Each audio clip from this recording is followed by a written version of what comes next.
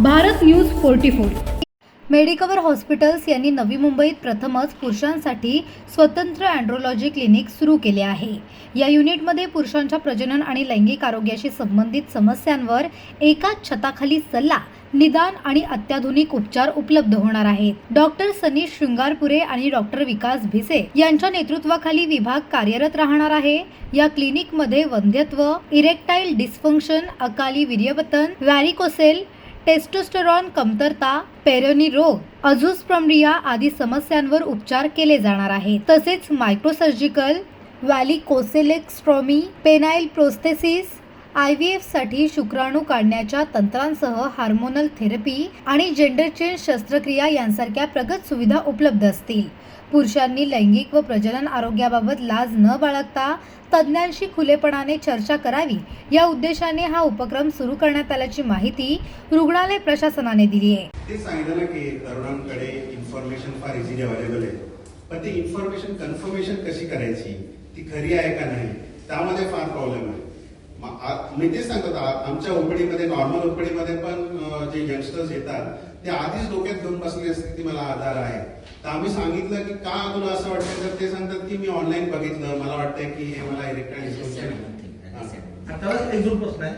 No, एक minute. See, you have raised a very important point. You go to Google anywhere, there's never find a department of andrology. You find option gynecology because there is a mentality in the people, males को कुछ नहीं होता है. So option gynecology in every hospital is a very big department. You just Google now and see in Navi Mumbai, andrologist near you, you will not find it. So through this platform, through this clinic, what we have thought of, why can't we promote men's health? Men's health is dependent upon fertility, sexual wellness and actual health of the people. There is a well women health checkup, but there is no well men health checkup. You go to any hospital in this country and ask for a health checkup. They have made a special package for well women health checkup, body checkups, children checkup, but there is no all men checkups. So जो आप बताने की कोशिश कर रहे हैं Facebook, social media, you will not find this thing at all. Through this platform, we want to talk boldly that there is something known as men health, and therefore our doctors, Dr. Vikas Bise and Dr. Sani Shringar, is talking about all those things. Men wellness is not only कि हमारा semen count is less, it is one of the few things, but there are many things which is available for men health. Through this clinic, team of urologists, endocrinologists, psychologists, psychiatrists, all come together and talking about male health. I just want to add this thing. Masturbation असं काय आजार होत नाही, किंवा masturbation ही normal प्रक्रिया आहे, ते पुरुष पण करतात, बायका पण करतात आणि इट्स अ नॉर्मल फिनॉमिनॉन.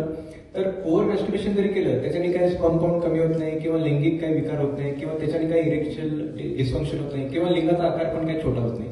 म्हणजे तर भरपूर सोशल मीडियामध्ये हे असं, तर लोकांना कळत नाही कुठं जायचं, तर त्याच्यासाठी आपण हे क्लिनिक चालू केलेलं आहे. आणि जसं बोलता ना की पॉडकास्ट हे सगळं चालू झालंय, आम्हाला पण ह्यामुळेच आता यावं लागतं पुढे आणि चालू करावं लागतं हे सगळं अवेअरनेस. आता तुम्ही बघा, दर आठवड्याला एकाच व्हिडिओ सर पण टाकतात, आम्ही पण टाकतो, टू मेक पीपल अवेअर की काय केलं पाहिजे.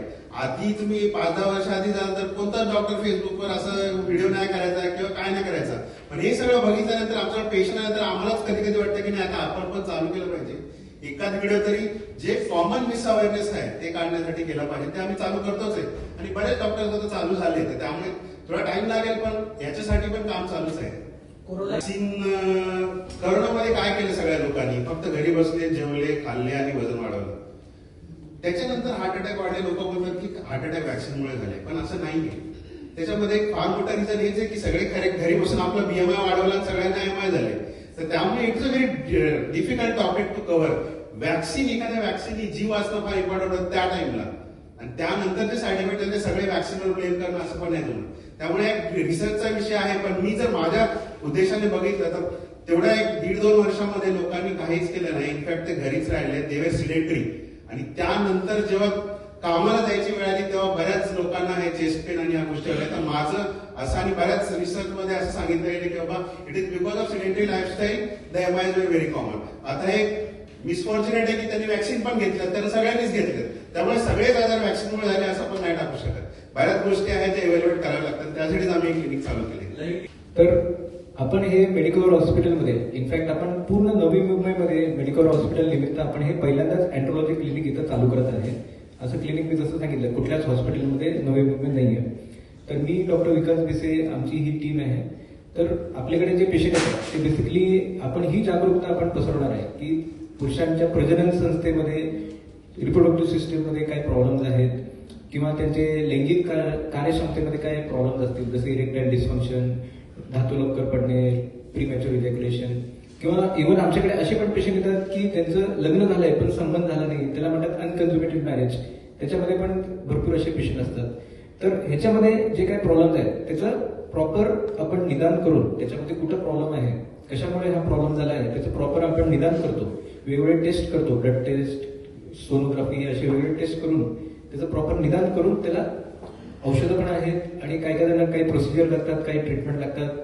ते ट्रीटमेंट करून सर्जिकल प्रोसिजर, सर्जरी लागतात काही जणांना, ते करून आपण त्याचं प्रॉपर आपण ट्रीटमेंट करणार आहे. युरोलॉजीचीच ब्रँच आहे पण त्याच्यामध्ये जसं हे मायक्रो सर्जरी आहे त्याच्यामध्ये मायक्रो सर्जिकल व्हेरिकोसिलेक्टमी आहे किंवा व्हेरिकोसिलचं ऑपरेशन मायक्रो सर्जरीने करतो किंवा ज्यांचं धातू नाही आहे तर त्यासाठी आपण गोट्यांपासून आपण मायक्रोस्कोपच्या अंडर हे धातू काढतो. तर ही जी प्रक्रिया आहे त्यासाठी स्पेशल ट्रेनिंग घ्यायला लागतं आणि असे ट्रेनिंग घेतलेले जे अँड्रोलॉजिस्ट आमच्यासारखे जे लोक आहेत ते दुसऱ्या कुठल्या हॉस्पिटलमध्ये अवेलेबल नाही आहेत. जरी मायक्रोस्कोप जरी असेल पण त्यासाठी ट्रेनिंग घेतलेले असे लोक दुसऱ्या हॉस्पिटल नाही आहेत. तर त्याच्यासाठी स्पेशल ट्रेनिंग घ्यायला लागतं. तर ते आपण ट्रेनिंग घेतलेले आहे आणि त्याच्यासाठी आपण हे लोकांपर्यंत ही फॅसिलिटी अवेलेबल करतोय. आणि नॉर्मली हे जे सर्जरीज आहेत हे याच्यामध्ये पण कव्हर आहेत, इन्शुरन्समध्ये आहेत. भरपूर कंपन्यांच्या क्रेडिट कंपन्या असतात आमच्याकडे, सगळ्या कंपन्यांच्या क्रेडिटमध्ये पण कव्हर्ड आहेत आणि बाकीच्या स्कीम्समध्ये पण हे सगळे ऑप्शन कव्हर्ड आहेत. भारत न्यूज 44 साठी भूषण साळुंखे, पनवेल. अशाच नवनवीन अपडेटसाठी बघत रहा भारत न्यूज 44.